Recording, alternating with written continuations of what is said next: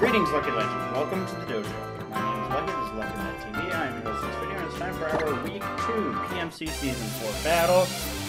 As I'm sure you can tell, just getting right on into it. Now we are facing off against the Hamilton Toracats, coached by Mego, aka Addison, and we each open up with our respective Megas.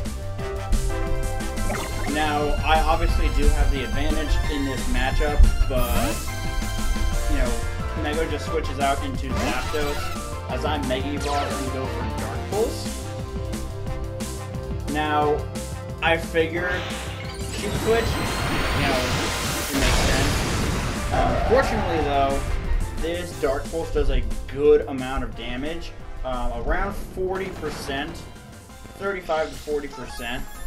And I'm also carrying Ice Beam, so Ice Beam should do a really good amount, like another 60-ish%, and it brings the Zapdos below below 25%, so it now dies to Rocks, which is important because that's a really strong defensive pivot that I'm able to sort of mitigate. Now at this point he brings in his Drapion, which I really can't do anything to. I could Ice Beam it, but that's not going to do, you know, a crazy amount of damage. Instead, I switch into our Steelix. Now the reason I do this is because I want to get up Rocks, like, immediately, so that the Zapdos will die when it comes back in, because Zapdos is my opponent's only form of hazard removal. So right here I go for the Stealth Rock, and just so you know, right around this spot, we actually DC'd the first time, because what you're going to see is I'm going to click Stealth Rock this time, as she clicks Scald. Now, the reason I'm clicking Stealth Rock is because originally I clicked Roar, and Scald killed me. So we just wanted to make sure the Scald kills me, and as you can see, coincidentally, it does not kill me this time. So you'll see me click Stealth Rock again. This is literally just to recreate the original circumstances of the battle.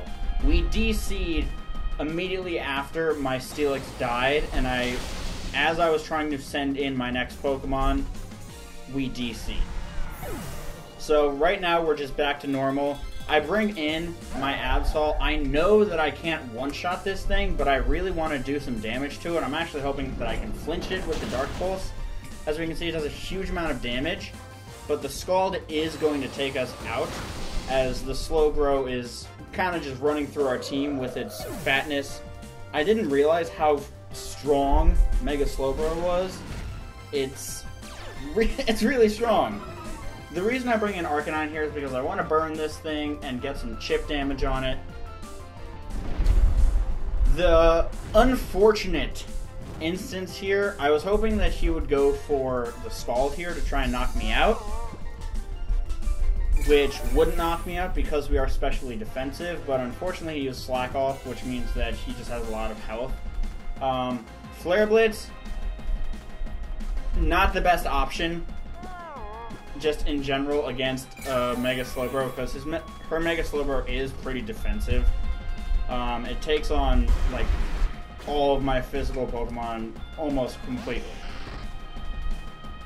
Now, the thing about our Arcanine set is that we are designed to take on Volcarona. Volcarona was Mego's Z Pokemon.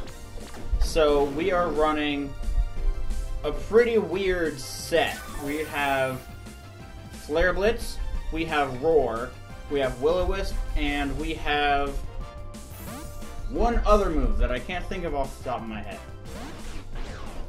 But as you can see, we're not speed invested, so the Drapion is able to outspeed us and taunt us. So our only option is to go for the Flare Blitz. I was hoping we might get a burn there. We did not. But the Zygarde is in. I'm assuming, and was confirmed afterwards, that this Zygarde is in fact banded. The reason that I assumed that is because Zygarde speed ties with my fastest Pokemon. So there's no reason for it not to be banded, if you understand what I'm saying, because if you put a choice band on it and you know that nothing on my team outspeeds it, then there's no reason not to do it. Now, as you see here, we have Starmie in, and we're going for Hydro Pump. The reason I decided to go for Hydro Pump as opposed to Ice Beam is because I knew he would switch out or she would switch out, sorry, because she is not a fool. As we go for a second Hydro Pump, in comes the Earthquake. And, okay, so, here's what I'm about to do. I'm about to click Trick Room. Because, oh no, I didn't click Trick Room. I clicked Hydro Pump and missed. However, I don't think it really mattered, to be perfectly honest. I'm pretty sure it wouldn't have killed anyway, because I do not think we were 3-hit KOing that Registeel. But my goal was, I clicked Hydro Pump. I should have clicked Trick Room. Not that it would have made a difference, because she would have blown up on me anyway. But I wanted to click Trick Room and start trying to put some holes in her team with my Conkeldurr and my Dragalge, because as you see here, my Conkeldurr is slower than her Slowbro. And the reason is because I had actually built a Trick Room team for this battle, like a last-ditch Trick Room team, so that I would bring in Starmie kind of near the end, click Trick Room, let it go down, and then bring in my Conkeldurr or my Dragalge to start dealing some heavy hits. However, that did not go as planned because we kind of got exploded on. Now, I thought she would have just gone for Psyshock here.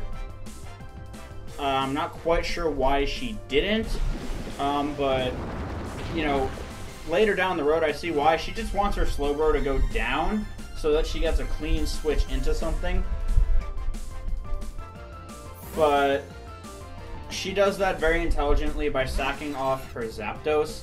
As it does die to rocks, there is no point in letting a different Pokemon go down when you can just let that thing go. Now comes in the Zygarde. It's just going to click Outrage to be safe. Obviously, Earthquake would have killed too, as it's a choice-banded Zygarde. But, you know, a very, very well-played game on my opponent's part.